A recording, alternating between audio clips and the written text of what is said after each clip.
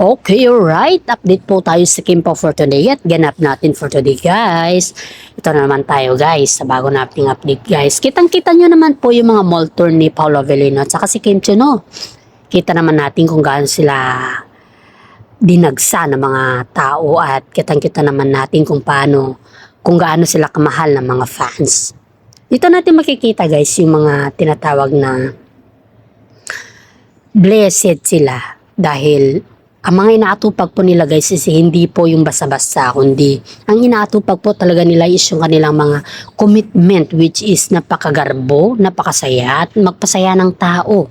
Yan po yung mga terms and condition ng mga showbiz sa kanila, na kung saan po ay binibigay talaga nila yung kanilang effort or yung kanilang kakayanan para magkaroon po ng sarili nilang pelikula. At hindi lang po yan para magkaroon po sila ng mga aktibidades na kung saan ay mapapasaya nila yung kanilang mga fans. Biruin ninyo to, guys.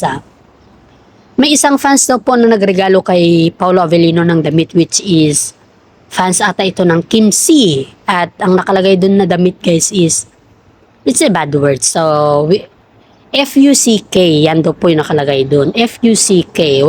We cannot pronounce it or we cannot say it in words. Kasi nga po, alam naman natin na baka delikado tayo dito, guys. Aside from that, guys, is syempre, hindi naman sukat akalain ni Paolo Avellino na yung damit niya is ganun po yung nakasulat doon. Siyempre, tinanggap niya as a professional way, kasi professional naman sila, tinanggap niya po. Yun nga lang po is, pag-open daw nila Paolo Avellino at saka si Kim Chiu dun sa regalo, ay, wow, talagang kitang-kita mo daw yung reaction ni Paolo Avellino dun na shock. Kahit naman po sino, masya-shock sa ganun na ireregalo ba naman sa'yo na hindi mo sukat akalain na madidismaya ka. With the sense na yung regalong yun, guys, is tinanggap nila Paolo Avellino sa kadahilanan na sabihin na lang din natin na napakabait nila. Napakabait din ng fans na yun bakit nagregalo siya kay Paolo Avellino. Yun yung purpose dun eh. Pero yung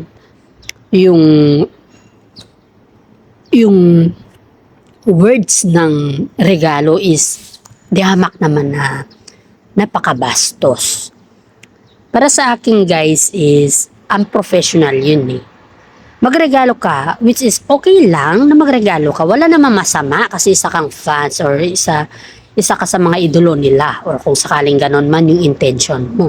Pero wag naman magregalo na yung may bad words na nakadeclare dun sa regalo mo kasi marami naman dito na tao ang hindi na maiinggit sa iyo kundi magkakaroon ka pa ng maraming buzzers. Kaya nga po daw yung regalong na yun, guys, is nagpapasalamat pa rin sila Kim Chiu at saka si Paolo Avellino dahil niregaluhan sila ng gano'n. Pero hindi po sila nagpapasalamat sa words na nakalagay dun sa regalo na yun. Kundi ang nagpapasalamat lang sila dun sa regalo pero not in the words. Not in the message na nakalagay dun sa regalo. Kaya sa makakaya po nila Paolo Avellino at saka si Kim Chiu dyan na artista na tumatanggap ng mga regalo, hindi naman Halloween ngayon, guys, kundi Christmas season. Kaya yun po yung isipin natin. Christmas is giving and receiving. Christmas is loving for each other. Hindi yung you just giving a gift which has nonsense words. Yan na po yung sinasabi natin na masakit sa pakiramdam, guys. Kaya tayo po dito, pag magre-regalo naman po tayo, advice lang po natin ay kahit na lang plain, wag na lang po natin lagyan ng mga kung ano-ano etchebreche dyan na salita kasi yan po ay nakakasira din sa kapwa nating tao. Sabihin na lang din natin na masarap sa pakiramdam niya na magregalo ng ganun na regalo. Pero sa mga iba kasi, guys, pag yung i-identify mo yung words is nakakasakit. Kaya yung may mga inggit dyan ba na sa mga successful na kagaya ng mga Kim Pao ay sa akin, guys, is we just say it in the words. Wag naman yung magganyan tayo na hindi naman, kumbaga is kababuhan ba. Hindi naman natin nakalain na ganun pala yung magiging reaksyon ng mga iba sa'yo, or paano ulit tanggapin yung regalo mo, or kung ano kaya yung intention mo. Kasi guys, kung yung intention mo naman is nakakasama sa kapwa mong tao is, huwag mo na lang ibigay. Kasi nga po, isipin natin ito guys hindi naman habang buhay guys is nandyan yung mga tao sa iyo, at saka hindi naman habang buhay guys ay palagi mo silang bitbitin, at hindi naman habang buhay guys is sasaktan mo sila sa ganun na terms mo, 'di ba? Nakakakuan naman yan, nakaka-offend kung sakaling ganun. Kaya tayo dito guys is, bago po natin gawin ng mga bagay-bagay na alam naman natin na pag-isipan sana natin na mabuti.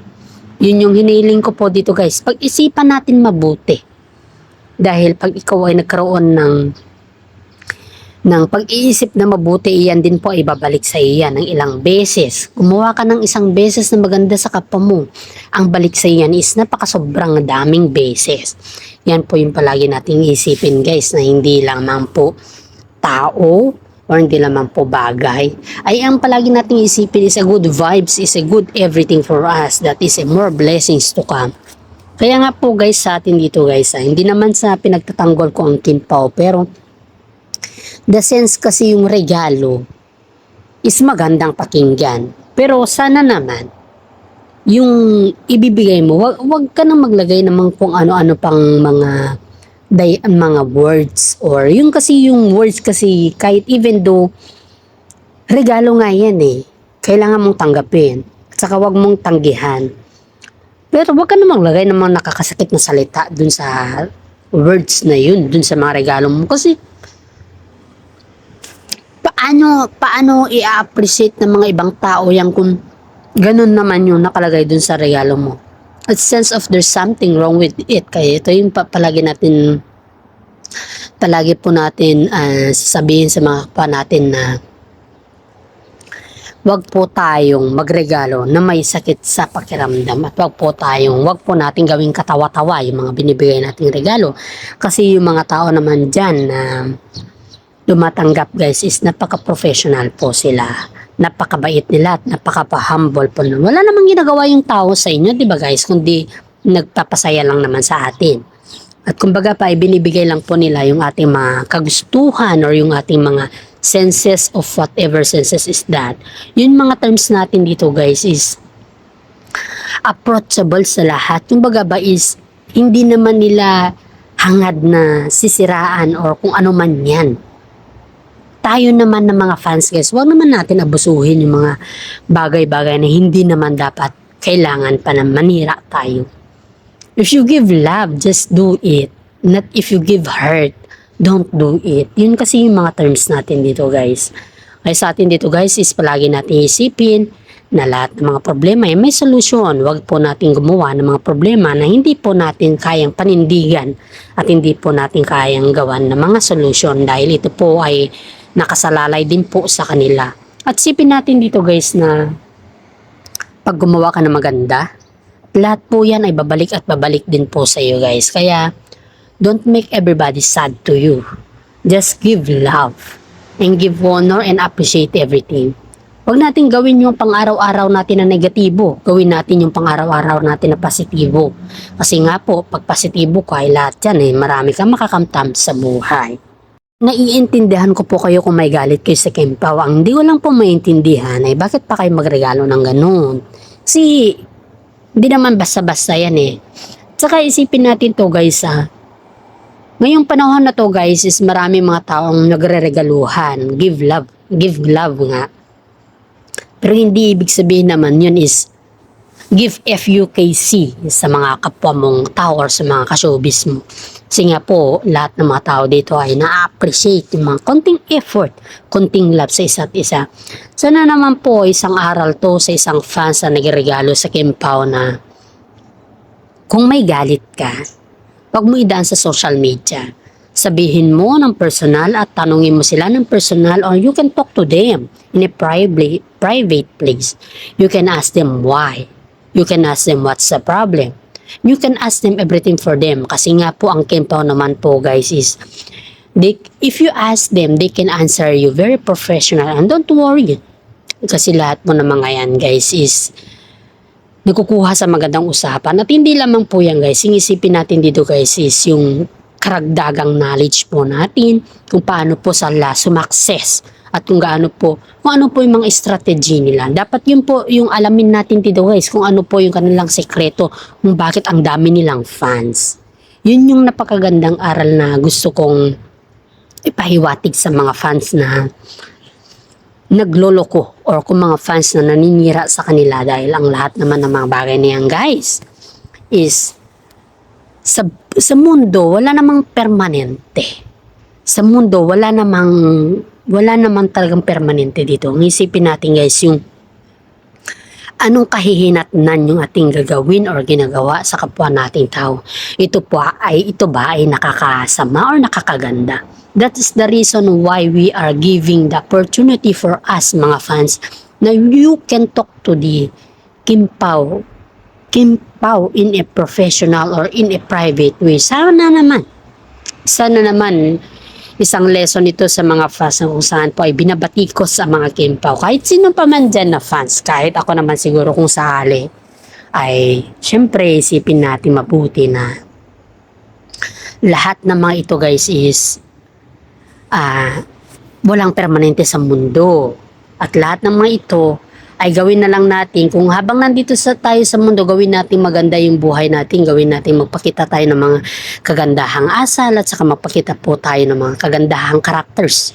Dahil yan po ay sabihin sa atin na napakabait po natin. Even though hindi sabihin na napakabait natin, ay yan po ay nakukuha natin sa mga blessings na kung saan ay biyaya din na binibigay ng ating Panginoon sa atin. Isipin po natin na nandyan lang pong Panginoon sa atin at gumagabay sa atin sa lahat ng bagay. Hindi po yung isipin natin na maraming taong nambabatikos at gumagawa ng paraan para sisirain tayo.